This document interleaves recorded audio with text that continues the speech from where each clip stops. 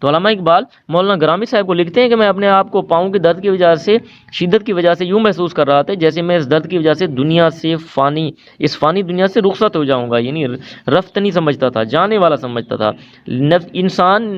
انسانی نفسیات ہے کہ کوئی غم، دکھ اور بیماری طویل عرصہ تک انسان کا دامن نہ چھوڑے تو وہ زندگی سے مایوس ہو جاتا ہے۔ جس طرح شاعر کہتے ہیں قدر صحت مریض سے پوچھو، تندرستی ہزار نعمت ہے۔ علامہ اقبال کے ساتھ یہی معاملہ ہے۔ فروری میں ان کے پاؤں میں مرض شروع ہوا اور اپریل میں اس تکلیف سے نجات ملی۔ تقریباً 2 ماہ کا طویل عرصہ ہو گیا جس کی وجہ سے محسوس کر رہے تھے کہ دنیا سے چل بسیں گے، لیکن فرماتے ہیں کہ پھر دل کو تسلی ہو جاتی تھی کہ یہ صرف پاؤں کا درد ہے، پاؤں کے درد کی وجہ سے نقل و حرکت مشکل ہو گئی ہے۔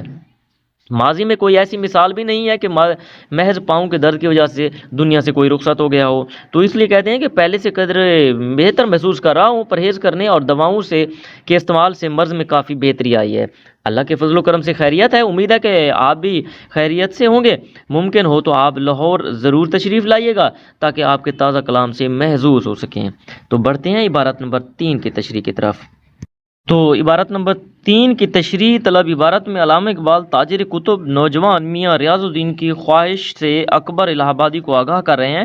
لسان العصر اکبر الہ آبادی ایک عہد ساز شاعر تھے، تو دراصل مسلمان ذہنی طور پر مغرب سے مروب ہو گئے تھے اور اپنی مذہبی، معاشرتی اور ثقافتی قدروں کو گھٹیا تصور کرنے لگے تھے کہ یورپ کی گھٹیا چیز کو بھی اعلیٰ تصور کرتے تھے۔ تو ایسے میں اکبر الہ آبادی جیسے حساس شاعر کے لیے جو اپنی مذہبی روایات اور معاشرت اور اسلام سے محبت کرنے والے ہوں کے لیے بڑا المیہ تھا۔ پکار اٹھے کہ نظر ان کی رہی کالج میں بس علمی فوائد پر، گرا لی چپکے چپکے بجلیاں دینی عقائد پر۔ تو اکبر الہ آبادی ایک سچے مسلمان تھے، وہ مسلمانوں کی خستہ حالی اور دین سے دوری اور مغربی تہذیب سے متاثر ہونے پر کڑتے تھے۔ انگریزوں کا زمانہ تھا اور سیشن جج کے حساس عہدے پر فائز ہونے کی وجہ سے کھل کر اپنے جذبات و احساسات کا اظہار نہ کر سکے، چنانچہ انہوں نے مزاحیہ شاعری کا سہارا لیا جس کے ذریعے انہوں نے مسلمانوں کی کمزوریوں کو اور حکومت کی مکاریوں کو طنز کا نشانہ بنایا۔ علامہ اقبال اکبر الہ آبادی کے جذبات و احساسات کی بہت قدر کرتے تھے اور ان سے بے حد متاثر تھے۔ علامہ اقبال اکبر الہ آبادی کو اپنا پیر و مرشد تصور کرتے اور فکری اعتبار سے پیروی کرتے تھے۔ اسی وابستگی اور تعلق کے باعث اکبر الہ آبادی کے رنگ میں شاعری کی۔ تو علامہ اقبال تشریح طلب عبارت میں لاہور کے ایک مخلص نوجوان میاں ریاض الدین کے بارے میں بتا رہے ہیں کہ یہ نوجوان لاہور میں کتابوں کی تجارت کرتے تھے اور مجھ سے کہتے ہیں کہ میری دونوں نظمیں شکوہ اور جواب شکوہ کو دوبارہ شائع کرنا چاہیے، لیکن اس نوجوان نے فرمائش کی ہے کہ دیباچہ مولانا اکبر الہ آبادی لکھیں۔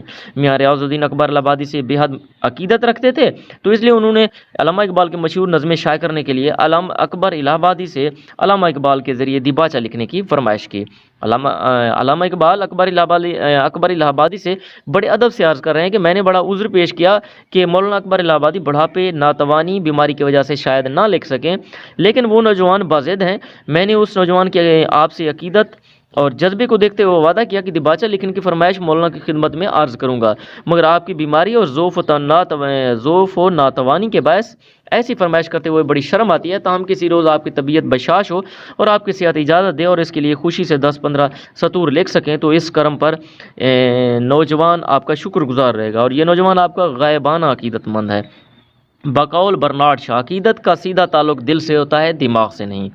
چنانچہ علامہ اقبال نے نوجوان کی خواہش اکبر الہ آبادی تک بڑے ادب اور عاجزی کے انداز میں پیش کی ہے۔ علامہ اقبال نہ صرف برِ صغیر بلکہ یورپ میں بھی اپنی شاعری کی وجہ سے مشہور و معروف تھے۔ اتنے اہم مقام پر فائز ہوتے ہوئے بھی غرور و تکبر کو قریب نہیں آنے دیا، عجز و انکساری کا دامن تھامے رکھا، رشتوں کے تقدس سے واقف تھے، بزرگوں کا احترام اور بچوں سے شفقت کرتے تھے۔ تشریح طلب عبارت کے ہر لفظ سے عقیدت و احترام کا اظہار ہوتا ہے اور عاجزی و انکساری کا لہجہ اختیار کیا ہے۔ اقبال خود فرماتے ہیں ادب پہلا کرینہ ہے محبت کے کرینوں میں۔ تو بڑھتے ہیں اس سبق کی آخری عبارت نمبر 4 کی طرف۔ تو عبارت نمبر 4 کی تشریح میں علامہ اقبال کی شخصیت کے بارے میں بتایا جا رہا ہے کہ کسی کی تعریف کے محتاج نہیں ہے، وہ ہمارے قومی اور ملی رہنما ہیں، تو انہوں نے اپنے فکر و فن اور مشرق و مغرب کے ادیبوں، شاعروں اور لوگوں کو بہت متاثر کیا۔ تو تشریح طلب عبارت میں علامہ اقبال نے کلکتہ کے فسادات کا ذکر کیا ہے اور کلکتہ کے فسادات کے حالات انہوں نے اخبار میں پڑھے تھے، جس کی وجہ سے علامہ اقبال متفکر ہیں اور کلکتہ کے ہندو مسلم فسادات کے پیچھے برطانوی حکومت کا ہاتھ تھا۔ تو برطانوی حکومت یہ حکمت عملی اپنائے ہوئے تھی کہ لڑاؤ اور حکومت کرو۔ اس حکمت عملی میں وہ کامیاب بھی ہوئے۔ برصغیر میں مسلمان اور ہند ہندو دونوں قومیں ان کی سازش کا مسلسل شکار ہو رہی تھیں اور خانہ جنگی کا شکار تھیں۔ بقول شاعر تقدیر کے قاضی کا یہ فتویٰ ہے، عدل سے ہے جرم ضعیفی کی سزا مرگ مفاجات۔ جبکہ مسلمان رہنما اس طرف توجہ نہیں دے رہے تھے۔ غفلت کا یہ عالم تھا کہ جب یہ فسادات شروع ہوئے تو مسلمان رہنما ہی یہی سمجھتے رہے کہ ان فسادات کا مقصد صرف بدامنی پھیلا کر مسلم لیگ کو برسر اقتدار آنے سے روکنا ہے۔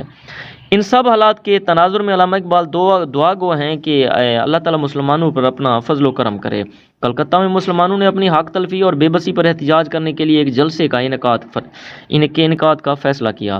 اہم شخصیات کو دعوت دی جن میں علامہ اقبال بھی شامل تھے۔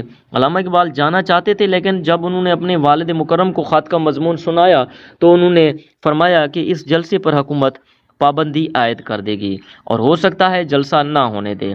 ان کا اندازہ درست ثابت ہوا اور مقامی حکومت نے اس جلسے پر پابندی لگا دی۔ تو ڈیئر اسٹوڈنٹس، یہ تو تھا ہمارا آج کا سبق نمبر 10، اور آخر میں آپ سے گزارش ہے کہ آپ نے ابھی تک ہمارے اس چینل کو سبسکرائب نہیں کیا تو اس کو ضرور سبسکرائب کر لیں، تاکہ اسی طرح کی آن لائن ایجوکیشن کے حوالے سے انفارمیٹیو ویڈیوز آپ کو دیکھنے کو ملتی رہیں۔ والسلام۔